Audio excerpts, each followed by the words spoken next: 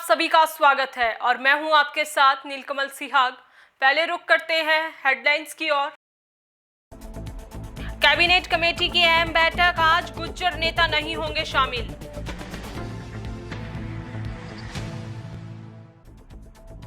मास माह के चौथे व आखिरी सोमवार को श्रद्धालुओं ने किया दर्शन पूजन।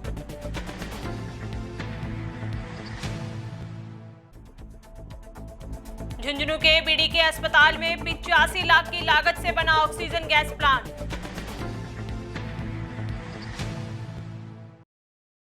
और अब खबरें विस्तार से। गुज्जर आरक्षण की क्रियान्वयन के लिए पुनर्गठित कैबिनेट सब कमेटी की सोमवार को सचिवालय में अहम बैठक होनी है। ऊर्जा मंत्री डॉक्टर बीडी कल्ला की अध्यक्षता में गठित कमेटी की यह दूसरी बैठक है।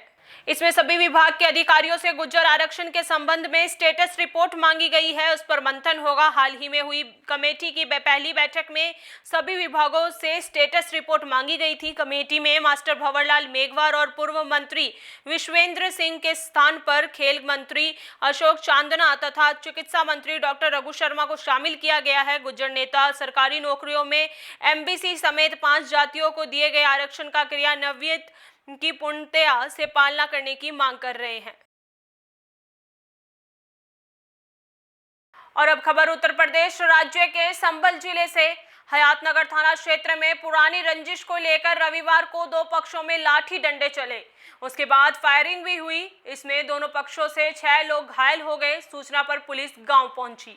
सभी घायलों को जिला अस्पताल पहुंचाया, जहां चिकित्सकों ने 2 घायलों की हालत गंभीर होने पर प्राथमिक उपचार हेतु रेफर कर दिया। थाना क्षेत्र के गांव करछली निवासी चेतराम सिंह व छत्रपाल सिंह में मेढ काटने को लेकर पुराना विवाद चल रहा था। बताया जा रहा है कि रविवार दोपहर को छत्रपाल पक्ष से तृणपाल भैजोई मंडी में धान की फसल बेचकर घर लौट रहा था। अभी वह गांव में पहुंचा ही था कि चेतराम पक्ष के लोगों ने लाठी डंडे और धारदार हथियारों से हमला कर दिया। शोर शराबा सुनकर दोनों पक्षों के लोग आमने सामने आ गए और जमकर लाठी डंडे व धारदार हथियार चले। बाद में फायरिंग हुई जिसमें एक पक्ष से चेतराम का बेटा कल्याण सिंह और मीना पुत्री अंतराम घायल हो गई। वहीं दूसरे पक्ष से तृणमूल सिंह, इकबाल, अवधेश व मूर्ति देवी घायल हो गए। गांव में विवाद होने की सूचना पर डायल 112 गांव पहुंची और सभी घायलों को जिला अस्पताल पहुंचाया, जहां चिकित्सक ने इकबाल व तृणपाल की हालत गंभीर बताते हुए प्राथमिक उपचार देकर रेफर कर दिया। कोतवाल विद्युत गोयल ने बताया कि गांव में 2 पक्षों में मारपीट हुई है। घायलों को अस्पताल भेजा है, तहरीर मिलने पर कार्रवाई होगी। मामला है ये सब लोग छोटे लोग आए हैं अस्पताल के इलाज कराने। कौन से गांव से रहने वाले हो आप? करछली गांव सर। क्या मामला है ये मामला ये था, परसों मैं अपने स्कूल में जा रहा था बच्चों के लिए पढ़ाने के लिए। ऑनलाइन क्लास चल रही है, मेरी ड्यूटी चल रही है वहाँ पे शहबाजपुर जी। तो सर जब मेरी मम्मी से कोई मुकाबले की बात करवा रहे हैं, ये पता ना किस चीज़ की, रामवीर दीवान जी के घर पे जी, कि वो ये तैने कही है इसकी कोई ऐसी बात ही। तो मेरी मम्मी बोली मैंने ना कही है, बेटा चलो, तो वहाँ चली गई। जब मैं भी साथ साथ चला गया इनके, अचानक में जब साथ में मैंने कहा, मैंने की क्या बात है, हमारी मम्मी बोली कि मैं कसम खा रही हूँ बेटा मैंने ना कही है। इनसे बोली चाचा मैं कसम। इसी चक्कर में इन्होंने बोले कि भोसड़ी की तू झूठ बोलती है। इतने में मैंने हाथ पकड़ लो, इन्होंने तमंचा अंटी में निकाल के मुझको सीधा कर दिया। 4-5 लोग गाँव के थे, मैं उन्होंने बचाया हूँ और मेरे चचेरे भाई हुए उन्होंने मैं बचाया हूँ, नहीं तो उसी दिन मेरे गोली लग जाती। मैंने फिर उस चीज़ की तहरीर दी, FIR दी। 3 दिन से मेरी कोई सुनवाई नहीं की, कोई कार्रवाई ना हुई। थाना कौन सा लगता है आपका? करछली लगता है थाना। अरे यार, थाना याद लगता है। यादनगर लगता है। आपने तहरीर कब दी? परसों दी थी 9 तारीख को। 9 तारीख। तो कोई सुनवाई नहीं हुई? कोई सुनवाई ना हुई। तो आज फिर कैसे झगड़ा हुआ है? आज मैं मौके पर घर पे ही ना था, मैं तो विद्यालय में था उस समय उपस्थित। कौन से गाँव में विद्यालय में? शहबाजपुर। और कोई विवाद नहीं है आपका इनसे? कोई विवाद, मेरा कोई विवाद ही नहीं है, कोई मतलब ही नहीं, बेफालतू की झगड़ा है। और अब खबर उत्तर प्रदेश राज्य के बस्ती जिले से। समय माता मंदिर कोहले में आशा अधिकार मंच की बैठक कर आशा बहुओं ने एक स्वर में संगठन हित के मानदेय भुगतान व जनहित के अन्य समस्याओं के समाधान हेतु नियमित संघर्षरत समाज सेवी चंद्रमणि पांडेय सुदामा जी को संगठन का अध्यक्ष व अध्यक्ष राज्य कर्मचारी संयुक्त परिषद दिनेश सिंह मगन को संरक्षण चयनित किया। तत्पश्चात अध्यक्ष की अनुशंसा पर शैलेंद्र श्रीवास्तव को उपाध्यक्ष व पूनम सिंह तथा सुधा शुक्ला को मंत्री पद, श्वेता सिंह को सचिव व रश्मि सिंह को सह सचिव का दायित्व सौंपते हुए संगठन के विस्तार व कार्य दायित्व पर चर्चा के साथ साथ आशा बहनों के सम्मुख होने वाली समस्याओं के समाधान हेतु रणनीति तय करने हेतु अगली बैठक 18 अक्टूबर दिन रविवार के लिए तय किया गया। आशा बहुओं को संबोधित करते हुए नवनिर्वाचित अध्यक्ष श्री पांडेय ने इस सम्मान हेतु आशा बहनों के प्रति आभार व्यक्त करते हुए कहा कि आज से आपकी समस्याएं हमारी समस्याएं होंगी। हम उत्तर प्रदेश के आशा बहनों को लंबित मानदेय हो या मानदेय वृद्धि या कार्यक्षेत्र में आने वाली कोई अन्य समस्या हो, हर समस्या के समुचित निराकरण हेतु सरकार व प्रशासन को जगाने का काम करेंगे, क्योंकि हमारी आशा बहनें वास्तव में स्वास्थ्य महकमे के हर अभियान को जन जन तक पहुंचाती हैं, अभियान को सफल करने में अहम रोल निभाती हैं, किंतु नाम ही नहीं काम से भी स्वास्थ्य क्षेत्र की आशा की किरण। आशा बहुओं को मनरेगा मजदूरों से भी कम मानदेय वो भी समय से नहीं दिया जाता।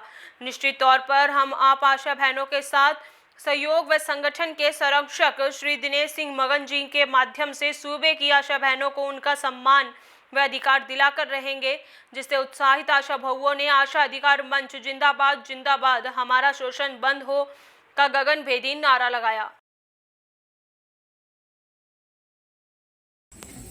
आज हरैया स्थित समय माता मंदिर पे हम लोग माता जी का आशीर्वाद लिए और हमारे हरैया में जो आशाओं का शोषण हो रहा है, इनका चाहे मानदेय हो या जो इनसे कार्य लिए जाते हैं उसका सही ढंग से पारिश्रमिक न दिया जाता हो, ऐसे तमाम बिंदुओं को लेकर के विचार विमर्श हुआ और यह तय किया गया आशा एकता आशा अधिकार संरक्षण मंच का गठित करके हम लोग हरैया ही नहीं पूरे उत्तर प्रदेश के आशाओं के अधिकारों को लेकर के उनके शोषण को बंद कराने को लेकर के संघर्ष कराएंगे।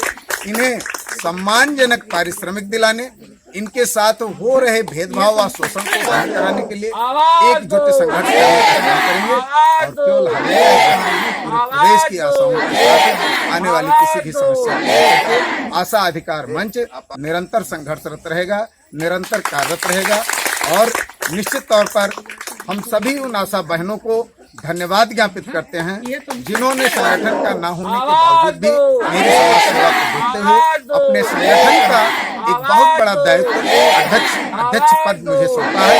निश्चित तौर पर मैं इस पद का बखूबी पालन करते हुए इनके अधिकारों को दिलाने हेतु यह आश्वस्त करते हैं कि जहां भी जरूरत पड़ेगी हम खून पसीना एक करने का काम करेंगे, हमें जो भी कुर्बानी देनी होगी देने का काम करेंगे और हमारे इस कार्य में आशा बहु कड़ी से कड़ी बना करके न केवल खड़ी रहेंगी अपितु कर्मचारी संगठन के हितों के लिए निरंतर संघर्षरत हमारे बड़े भाई दिनेश सिंह जी, जिनको इस संगठन का एक बहुत बड़ा दायित्व देते हुए ऐसे तो तमाम सारी आशा बहनें हमारे साथ खड़ी हैं जिनको मंत्री सचिव उपाध्यक्ष आज पद दिया गया है, लेकिन हम सब लोगों को संरक्षण देने का काम हमारे बड़े भाई दिनेश सिंह जी करेंगे और इनके नेतृत्व में जरूर आशा अधिकार मंच पूरे उत्तर प्रदेश में आशाओं को उनका अधिकार देने में सफल होगा। जय हिंद, जय भारत। आशा बहुओं की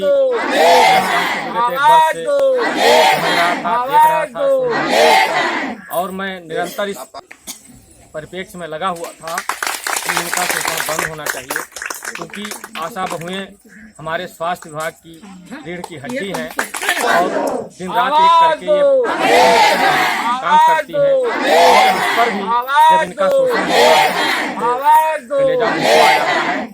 मुझे पूरे एक वर्ष से आज के दिन का इंतजार था और हमारी आशा बहुएं जो एकजुट हुई हैं, अपनी एकता का परिचय दिया है, इन्हीं के आधार पर हमने आशा अधिकार मंच किया है, जिसका नेतृत्व करने का दायित्व हम अपने जाने पहचाने सामाजिक कार्यकर्ता लड़ाकू व्यक्ति श्री चंद्रमोहन पांडे सुदामा जी को सौंपा है।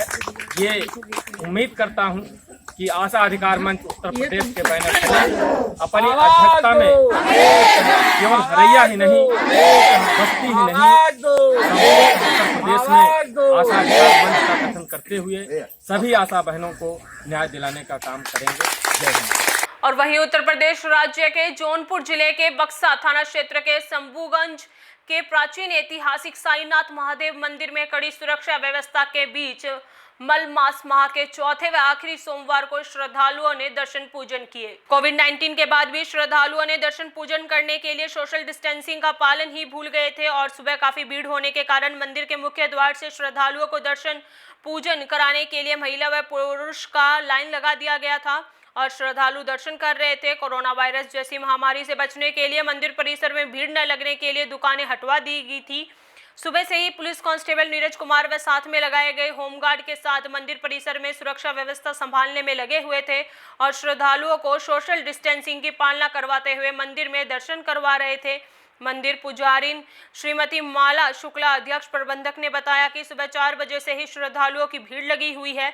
सुरक्षा व्यवस्था के लिए पुलिस बल तैनात किए गए हैं। सुरक्षा व्यवस्था के बीच श्रद्धालु दर्शन कर रहे हैं। और अब खबर उत्तर प्रदेश राज्य के पीलीभीत से। प्रशासन के आदेशों की धज्जियां उड़ाकर प्रधान कर रहे हैं मनमानी। जिलाधिकारी के सख्त आदेशों के बावजूद भी प्रधान द्वारा मिली भगत से किसान पराली जला रहे हैं। ताजा मामला सहरामऊ क्षेत्र का है, जहां गांव निजामपुर में ग्राम प्रधान द्वारा किसान के खेतों में पराली जलाई गई, जिसकी जानकारी मिलने पर मौके पर पहुंची पुलिस ने किसान के खिलाफ कार्रवाई की। वहीं क्षेत्रीय प्रधान को जहां एक किसान को समझाना चाहिए और पराली जलाने से रोकना चाहिए, तो वहीं ग्राम प्रधान खुद ही किसानों को बचाने के लिए थाना सहरामऊ उत्तरी पहुंच गए और पराली जलाने वाले किसानों के पुलिस से हमदर्दी करते दिखे। आखिर इससे बड़ा सवाल क्या होगा? आपको बता दें कि मामले की जानकारी जब अन्य क्षेत्रीय लोगों को हुई तो लोगों में तरह तरह की चर्चाएं हो रही हैं। जब प्रधान ही पराली जलाने वाली किसानों को करेंगे हमदर्दी और खुद ही खेत जुतवाकर साक्ष्य मिटाने का करेंगे प्रयास, ऐसे में अब पीलीभीत जिलाधिकारी के निर्देशों का पालन कैसे हो सकेगा? और अब खबर दौसा जिले से। पंचायत चुनाव के आखिरी चरण में हुए मतदान में राजपुरा पातलवास से सरपंच प्रत्याशी देविकी शर्मा 36 वोटों से विजयी हुई। उनके सामने 19 सरपंच प्रत्याशी चुनाव मैदान में थे। कड़ी मेहनत, मजबूत इरादों के साथ गांव के विकास की प्राथमिकता को लेकर देवकी शर्मा चुनाव मैदान में डटी रही और आखिर में विजय प्राप्त हुई। जीतने के बाद में जीत का जश्न मनाते हुए रैली निकाली। वह जगह जगह देवकी शर्मा का माला, शॉल एवं देव प्रतिमाएं देकर उनका स्वागत किया गया। खास बातचीत में देवकी शर्मा ने कहा कि पंचायत का चौमुखी विकास करवाना ही मेरी पहली प्राथमिकता रहेगी एवं अपनी पंचायत के मतदाताओं से जो भी वादे किए हैं उन्हें प्राथमिकता से पूरा करूंगी।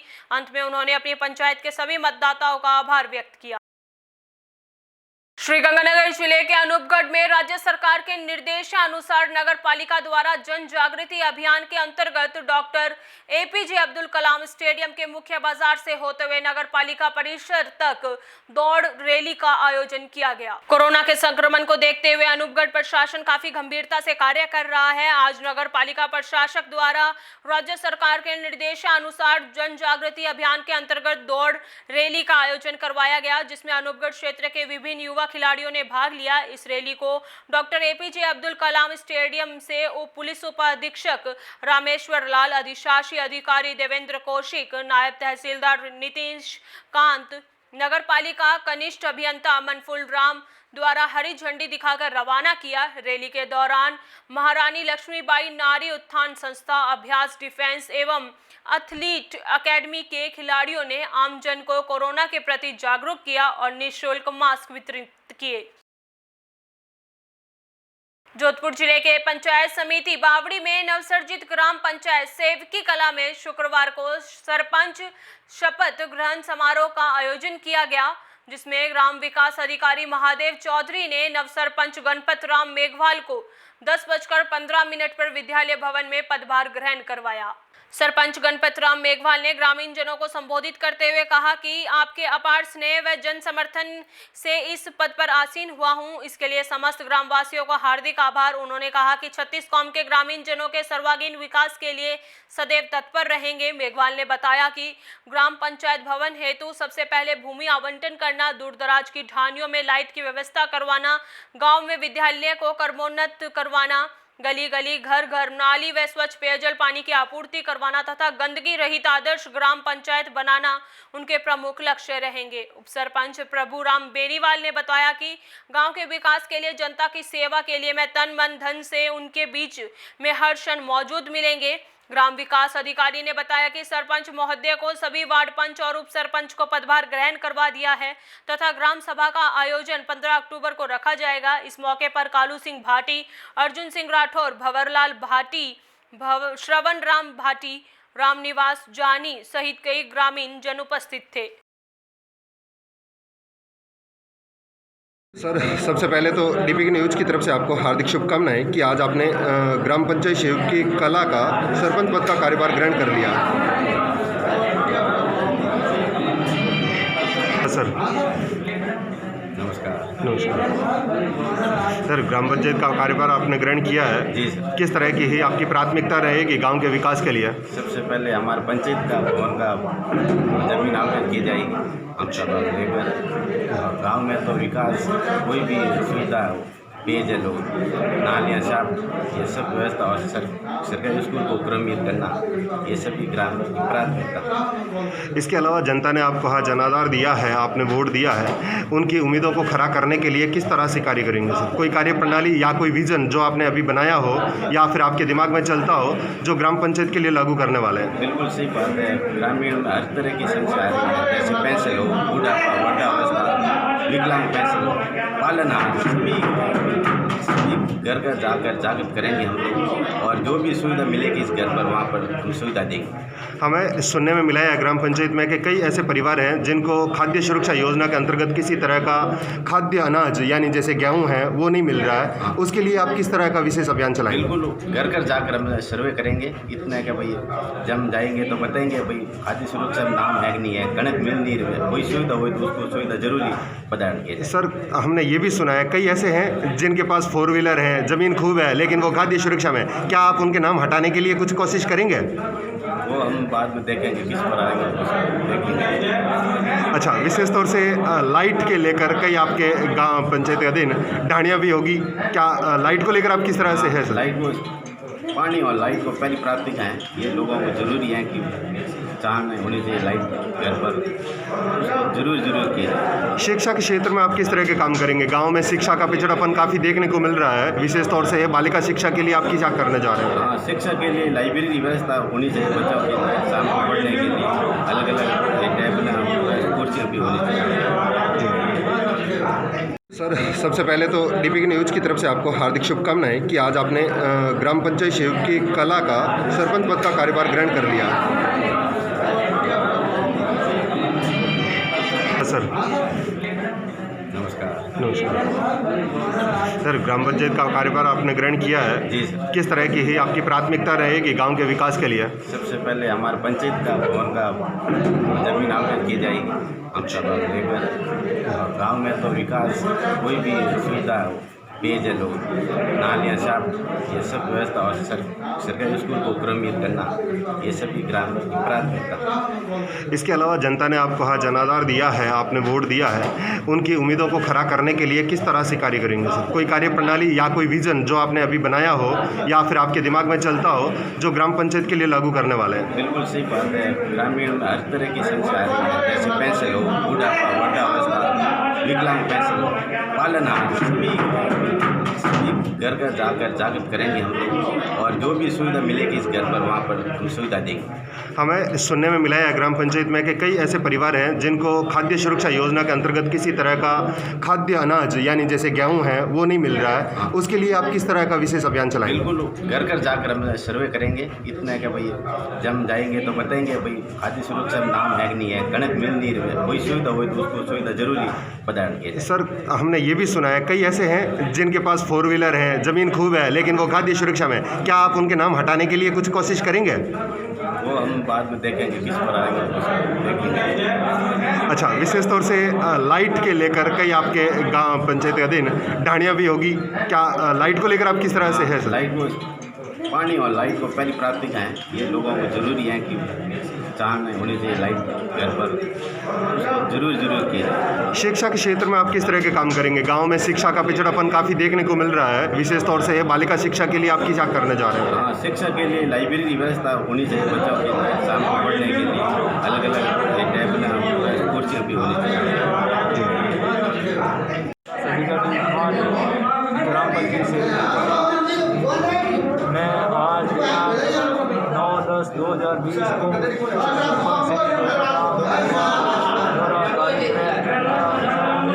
सरपंच समस्त वार्ड पंचगणों के लिए कार्यक्रम किया गया।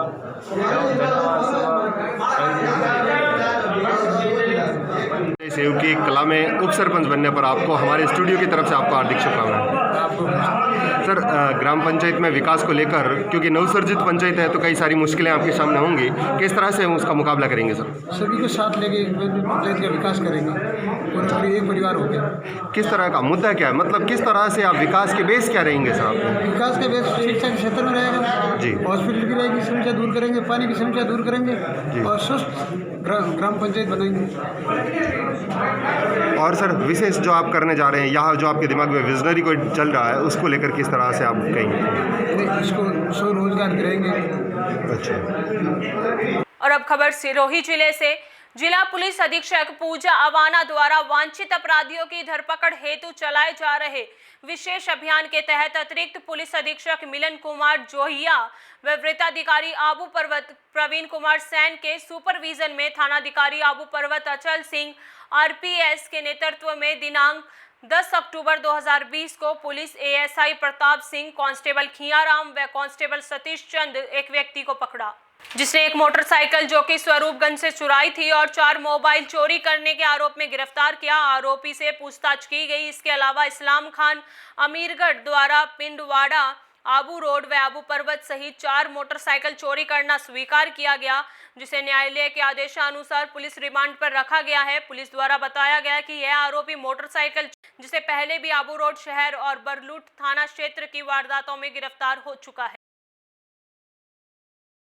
और वहीं सिरोही जिला पुलिस की स्पेशल टीम प्रभारी छगन डांगी में टीम द्वारा जिले में अवैध गतिविधियों के विरुद्ध लगातार कार्रवाई जारी रखते हुए हाईवे पर होने वाले अपराध पर जीरो टॉलरेंस की मंशा रखते हुए आज निगरानी के दौरान सरहद थाना क्षेत्र के अनादरा से गुजरने वाले स्टेट हाईवे के किनारे स्थित रामदेव हरियाणा होटल पर टैंकर संचालक द्वारा जामनगर गुजरात के ईसर कंपनी के डीजल से भरे टैंकर जो कि पालड़ी स्थित डिपो पर खाली किया जाना था, लेकिन उक्त टैंकर संचालक तथा होटल ढाबा रामदेव हरियाणा होटल के संचालक द्वारा षड्यंत्र कर अवैध रूप से लाभ कमाने की नीयत से पालड़ी स्थित कंपनी के डिपो पहुंचने से पहले ही टैंकर के चालक द्वारा टैंकर के ऊपरी ढक्कन की सील खोलकर उसमें से डीजल निकालकर ड्रम में भरा जा रहा था, जिस पर डीएससी टीम प्रभारी छगन डांगी, माया team Ishwar Singh head constable, Narayan Lal constable, Ishwar Singh constable द्वारा आकस्मिक दबिश देकर अपराध कार्य करने वाले टैंकर चालक व ढाबा संचालक को मौके पर ही डिटेन कर उक्त आपराधिक गतिविधि के संबंध में आवश्यक सख्त कानून कार्रवाई हेतु थाना अधिकारी अनादरा तथा वृत्ता अधिकारी व्रत रेवदर को सूचित किया, जिस पर उक्त अधिकारियों द्वारा घटना के संबंध में अपराध के संबंध में मौके पर पहुंचकर आवश्यक कार्रवाई की जा रही है। और अब खबर झुंझुनू जिले से। जिले के सबसे बड़े राजकीय भगवान दास खेतान अस्पताल में हवा से ऑक्सीजन बनाने वाला प्लांट शुरू हो गया। जिले में इस तरह का पहला आधुनिक ऑक्सीजन जनरेशन प्लांट है, जिसमें हर दिन 5,25,000 लीटर ऑक्सीजन का उत्पादन होगा। यह प्लांट सरकार की मंशा अनुसार स्थापित किया गया है, जिसे कोरोना के समय में किसी मरीज को ऑक्सीजन की कमी ना हो। प्लांट की करीबन 85 लाख रुपए की लागत से तैयार किया गया है। बीडी के अस्पताल के पीएमओ डॉक्टर शुभकरण कालेर ने बताया कि प्लांट स्थापित होने से अब ऑक्सीजन की आवश्यकता वाले मरीजों को इस प्लांट के लगने से फायदा मिला है।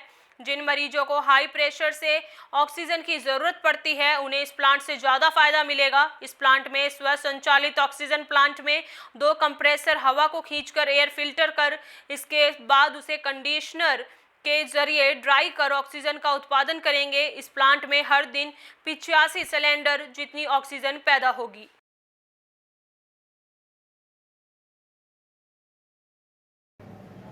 हमारे बीडी के अस्पताल में अब ऑक्सीजन जनरेशन का प्लांट लग गया है जिसमें एयर से हम ऑक्सीजन बनाएंगे।